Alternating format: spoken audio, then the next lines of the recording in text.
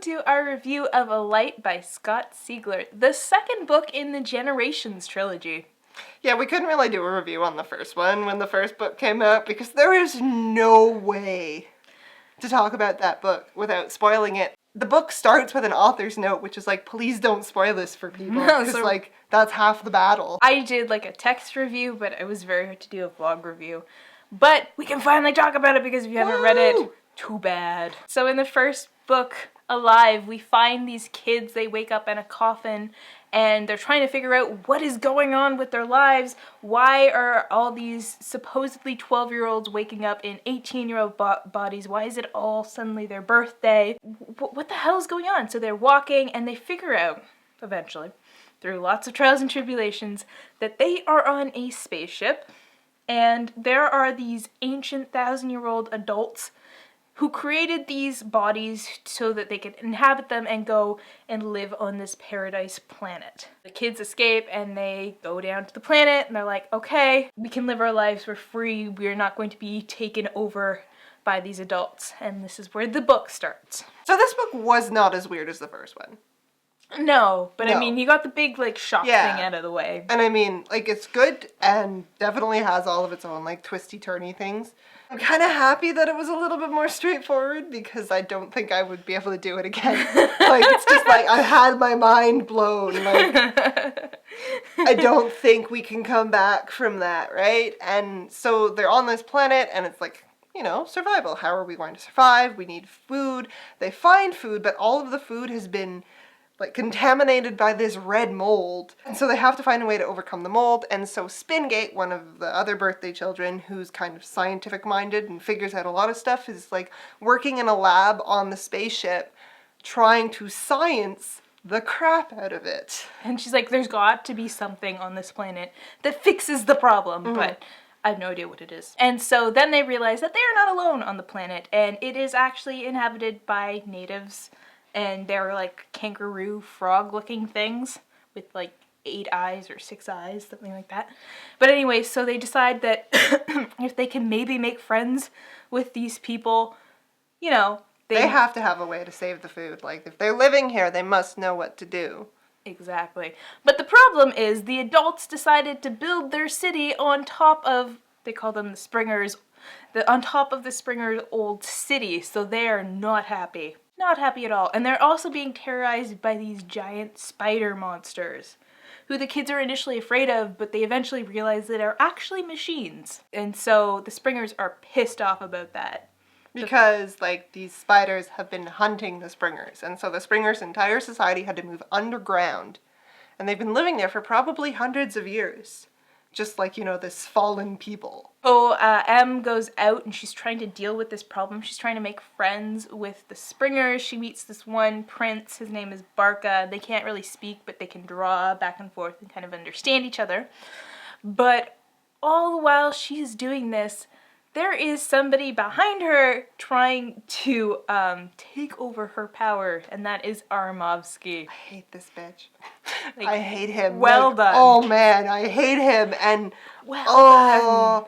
He's just the creepiest. Oh, he's so creepy. He's so creepy. The creepiest motherfucker. He's like the epitome of like religious evil. Just because they don't remember anything about their past lives, really. Like, things start to come back, but at the point where he starts being creepy, he has no idea what he's talking about. So he's like, oh, it's God's will that we're surviving, and we should pay homage. And Em's like, to who? Like, what God? Who are we paying homage to? And he just, out of his ass, just is like, the God of blood. And she's just like, Like, that was your go-to? Like, just the God of blood? I loved how his story changed. Like, the more he kind of picked up on things, the more he twisted everything. It was really, really well done. He's a really good villain. And, like, they don't realize it. They don't realize what he's doing because they're so busy focusing on surviving that they don't realize that this guy is going around behind their backs and talking to the children and winning them over so that when he finally is able to call the vote to change the leadership, he wins unanimously. Like, because Em has been out dealing with actual problems and he's been going around convincing people that he's right. Not solving anything, just convincing people that he's right. While they're searching for food, they find this observatory, and on the outside of this building are just painted these horrific images, and they're just talking about how, like, they were looking at them and, like, they're awful and terrifying, and he's looking at them and his eyes are just, like, glowing, and he's like, yes. And they start to find out what the markings on their head means. I mean, you could kind of figure it out, but you kind of have no idea what M's means, because it's just like a circle and everybody else has like a circle and cross or a circle and a star, or blah blah blah. And it turns out that her people were actually slaves. And Matilda, the grown-up who was supposed to take over M's body, was possibly somebody who freed the slaves and stopped a bunch of slaughter, or she might have caused it. And I love the fact that you don't know. Yeah. Could have been either way. And it's just like how kind of power corrupts and how society corrupts and how your past can kind of define you in this very, very clever way. I adore it. Mm-hmm. And I like how the grown-ups deleted so much of the history from the shed and from the observatory, because that's just like they are legitly rewriting their history. Like, they can get away with that, and that just like screws me over. It's like how in 1984 how they rewrite history, and that just like blows my mind that like records can be completely wiped and just all the crap. And I really liked the love triangle. I really liked, I don't know how I got invested in M and Bishop, but I just see them in my head and they're like this sexual tension-y couple, and it's just, Oh, obviously spoiler. This is a spoiler reviews. O'Malley ends up dying at the end of this book, and I was like, oh good, he's out of the way. Oh my god. I liked him, but like not as much as I like those two. And I was, well, she's gonna suffer without O'Malley though. Just because he's political smart, like he knows how to manipulate people. He's really good at thinking things through. And Bishop is he's very straightforward. He's a warrior. Oh yeah. There's gonna be some problems. But I mean, she's smart enough to figure this out for herself, and now it's gonna force her to like stand on her own and really just like own it. But you're right, she's gonna suffer, and also he's gonna be like the one that got away, which is gonna mess up with her head. Like, I was just like, oh, thank God. He wins by default. I know, it's so bad. What ends up happening, what the big climax of this book is the grown-ups, who we thought were well and good and gone, end up cobbling together their own ship, and they send it to Earth with Bello, the one girl who got caught and overwritten and they thought she was probably dead. They send her in and they're like, hey, I survived, she says. And, you know, they're like, they can't prove that she hasn't been taken over, so they kind of just, like, lock her up. But, of course, Aramovsky gets in there, fucks shit up. And then they just kind of start picking the kids off one by one. They have, like, a list of people they need to have alive to take over because their adults are alive. Everybody else, like, Aramovsky can do whatever the hell he wants with. Gets like these red priest robes, and he's so creepy because I keep saying that he's creepy, but he is, because M realizes that he wants to go to war with the Springers because he wants the war. It isn't a survival thing. He just wants to kill. And like that's like fucked up. And like there's just this one scene where Emma's just like, no, I can stop this, let me go talk to them, I can like.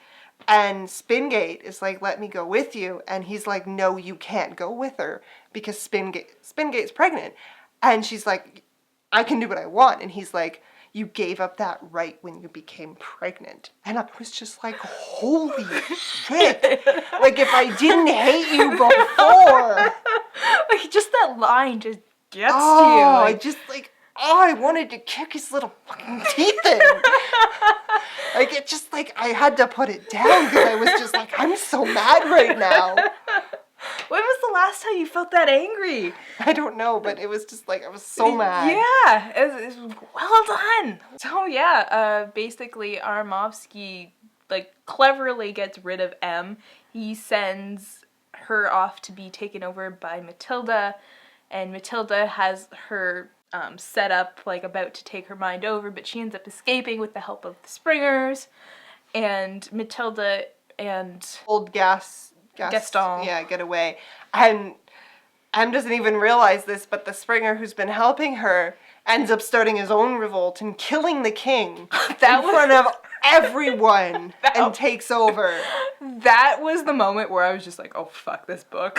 Like, oh, fuck this book. Because I was waiting for him to turn around and, like, try to kill her, too. Because that, like, I'm happy with how it turned out, but that would have just been, like, a shit moment. Like, just, like...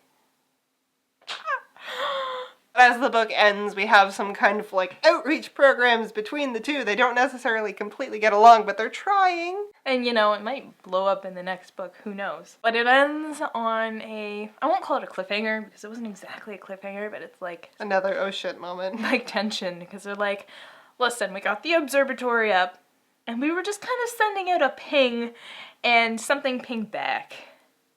It's a ship, and then something else pinged back. It's another ship.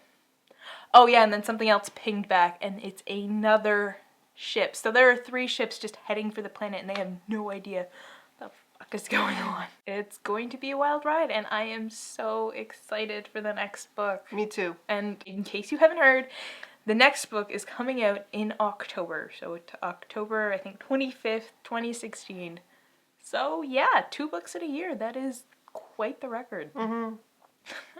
I've only heard of one other trilogy that released all their books within 1 year.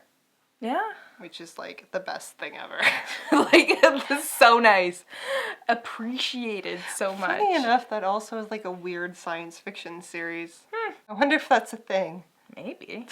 But anyways, so the bottom line is we love this series. It is so good. There are so many things you can take away from it. So many things you can obsess over.